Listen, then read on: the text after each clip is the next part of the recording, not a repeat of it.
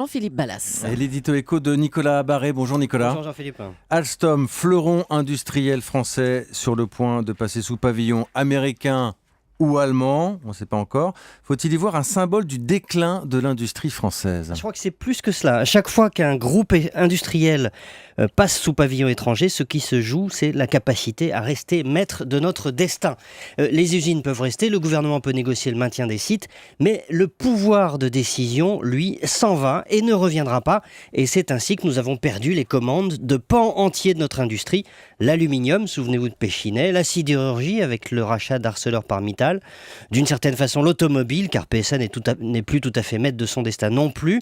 Je pourrais vous citer aussi la chimie ou encore les matériaux de construction. Bref, maintenant avec l'énergie, avec Alstom, c'est un leader mondial de la fabrication de turbines pour centrales électriques qui lui aussi va perdre ce contrôle français. Donc à chaque fois, ce sont des centres de décision qui quittent le pays. On a un peu l'impression d'une fatalité. Qu'est-ce qu'on peut y faire ? Il faut se demander pourquoi ça joue dans un seul sens en ce moment. Et là, on comprend que les causes sont d'abord françaises. Nous n'avons pas assez d'actionnaires français parce que notre fiscalité les pénalise. On n'aime pas le capital en France.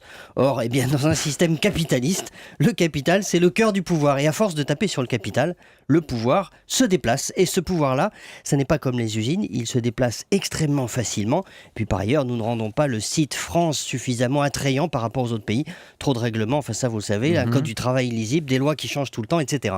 Est-ce que la taille du marché français n'est pas quand même pénalisante par rapport aux États-Unis, par exemple ? Si, et d'où l'intérêt de jouer l'Europe, mais encore faut-il le vouloir. Or, voyez Alstom et Siemens, on n'a jamais voulu entendre parler d'alliance, alors qu'il aurait sans doute mieux valu créer un Airbus de l'énergie ou un Airbus du rail avec les Allemands.